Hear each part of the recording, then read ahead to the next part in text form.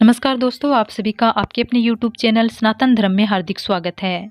दोस्तों, आज की इस वीडियो में आप जानोगे साल 2023 में लगने वाले दोनों चंद्र ग्रहण कब कब लगेंगे, ग्रहण कब से कब तक रहेगा, सुत्तकाल कब से कब तक रहेगा, हमारे देश भारत में यह ग्रहण दिखाई देंगे या नहीं, दुनिया के किन किन हिस्सों में ग्रहण दिखाई देंगे, सुत्तकाल मान्य होगा या नहीं। चंद्र ग्रहण से जुड़ी संपूर्ण जानकारी आपको आज की इस वीडियो में प्राप्त होगी। दोस्तों, पृथ्वी और चंद्रमा के बीच में सूर्य के आने से चंद्र ग्रहण लगता है। हमेशा चंद्र ग्रहण पूर्णिमा तिथि को लगता है और सूर्य ग्रहण अमावस्या तिथि को। इस दौरान धरती पर राहु और केतु ग्रहों का प्रकोप रहता है।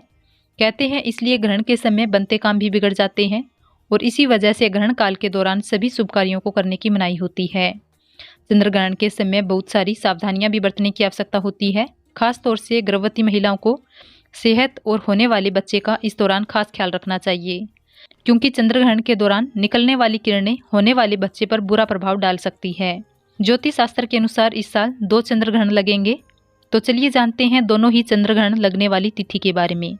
साल 2023 में इस बार 2 चंद्र ग्रहण लगेंगे, जिनमें पहला चंद्र ग्रहण 5 मई शुक्रवार को बुध पूर्णिमा यानी वैशाख पूर्णिमा की रात को 8:45 से लगेगा, जो कि 6 मई शनिवार को सुबह 1:05 पर समाप्त हो जाएगा। देखा जाए तो शुक्रवार और शनिवार की मध्यरात्रि का ये समय होगा।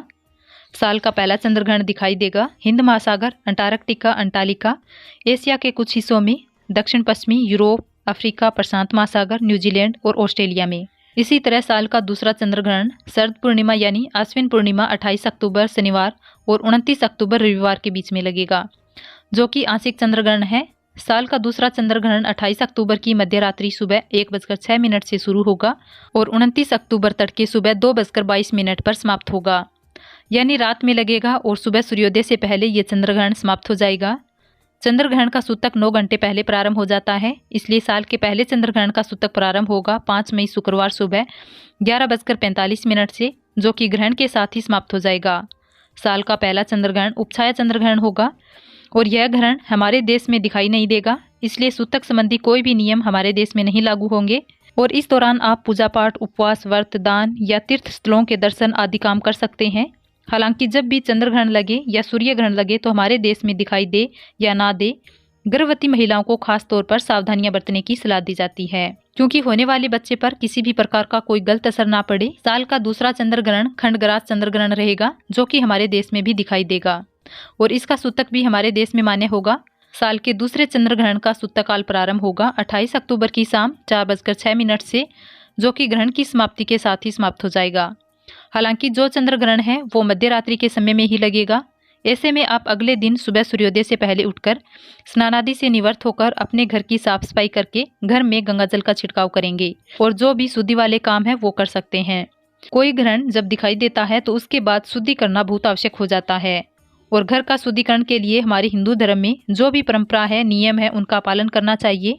साल का दूसरा चंद्र ग्रहण कहाँ कहाँ दिखाई देगा? यह चंद्र ग्रहण हमारे देश में भी दिखाई देगा। भारत में यह ग्रहण मान्य होगा। भारत के अलावा Nepal, Bangladesh, Sri Lanka, Pakistan, Afghanistan, Bhutan, Mongolia, China, Iraq, रूस, पाकिस्तान, सऊदी अरब, सूडान, इराक, तुर्की, अल्जीरिया, जर्मनी, नाइजीरिया, दक्षिण Africa, Italy, Ukraine, France, Norway, Britain, Poland, Spain, Sweden, Malaysia, Philippines, Thailand, Australia, Japan, Indonesia, Korea और ब्राजील के पूर्वी हिस्सों में दिखाई देगा। जहाँ जहाँ पर भी यह ग्रहण दिखाई देगा वहाँ पर सूतक संबंधी नियमों का पालन भी किया जाएगा। जो ग्रहण का समय बताया गया है यह भारतीय समय अनुसार बताया गया है। किसी भी ग्रहण की समाप्ति के बाद खास तौर पर गर्भवती महिलाओं को स्नान जरूर करना चाहिए। स्नान करते समय गंगा जल मिलाकर स्नान करना चाहिए और उसके बाद साफ स्वस्थ वस्त्र धारण करके मंदिर में पूजा करें। हो सके तो आसपास के मंदिर में दीपदान करें और अपने हाथ से कुछ ना कुछ दान अवश्य करें।